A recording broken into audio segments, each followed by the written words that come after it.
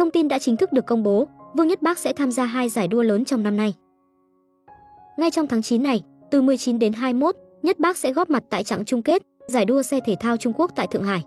Đây là vòng đấu then chốt khép lại cả mùa giải. Với mật độ tranh chấp gay gắt, từng khúc cua, từng giây vào pit đều có thể quyết định thứ hạng chung cuộc. Trường đua quốc tế Thượng Hải, nơi diễn ra chung kết, vốn nổi tiếng với đường cong chữ S và đoạn thẳng dài, đòi hỏi tay lái phải vừa duy trì tốc độ cao, vừa kiểm soát cực kỳ chính xác điểm phanh và góc cua. Chỉ một sai lầm nhỏ cũng có thể dẫn đến tai nạn hoặc mất lợi thế. Vì vậy, chặng này được đánh giá là nguy hiểm và áp lực nhất trong mùa giải. Đối với Nhất Bác, đây không chỉ là cơ hội bứt phá cùng đội Uno Racing với chiếc xe số 85, mà còn là bài kiểm tra bản lĩnh ở thời khắc quyết định. Một chung kết đầy áp lực, nơi mọi tay đua đều tung hết sức, cũng chính là nơi anh phải chứng minh mình đủ vững vàng để đứng ngang hàng các đối thủ dày dạn kinh nghiệm. Nhưng thử thách chưa dừng lại ở đó. Chỉ chưa đầy 3 tuần sau, vào đầu tháng 10, Nhất Bác sẽ tiếp tục bước vào một đấu trường còn khắc nghiệt hơn, giải đua sức bền 8 giờ Thượng Hải 2025. Nếu chung kết giải đua xe thể thao Trung Quốc tại Thượng Hải là cuộc chiến tốc độ và chiến thuật trong phạm vi vài chục vòng, thì Endurance là hành trình 8 tiếng liên tục, nơi giới hạn thể lực, sự tập trung và ý chí của tay lái bị đẩy đến cực điểm.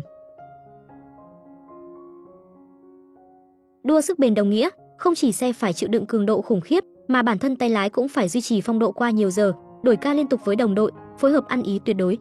Mỗi quyết định về thời điểm vào pit, thay lốp hay điều chỉnh chiến lược đều có thể xoay chuyển kết quả cả đội. Chính sự phức tạp và khắc nghiệt này đã biến Endurance thành chuẩn mực vàng của motorsport. Và trong thử thách ấy, Vương Nhất Bác không còn đơn thuần là một ngôi sao bước ra từ showbiz. Anh đang đối diện với bài thi khắc nghiệt nhất để khẳng định mình là một racer thật sự. Một tay lái dám lao vào cuộc chơi nguy hiểm, dài hơi và đòi hỏi nhiều hơn cả tốc độ.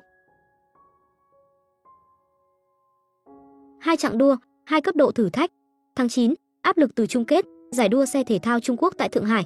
Tháng 10, khốc liệt với Endurance 8 tiếng. Cả hai sẽ là minh chứng sống động nhất cho tinh thần bền bỉ, ý chí thép và khát khao chinh phục của Vương Nhất Bác. Người hâm mộ không chỉ chờ đợi một kết quả, mà còn dõi theo từng giây để thấy một Nhất Bác đang vượt qua giới hạn của chính mình trên đường đua. Hãy cùng chờ sự xuất hiện của tay đua 85 nhé!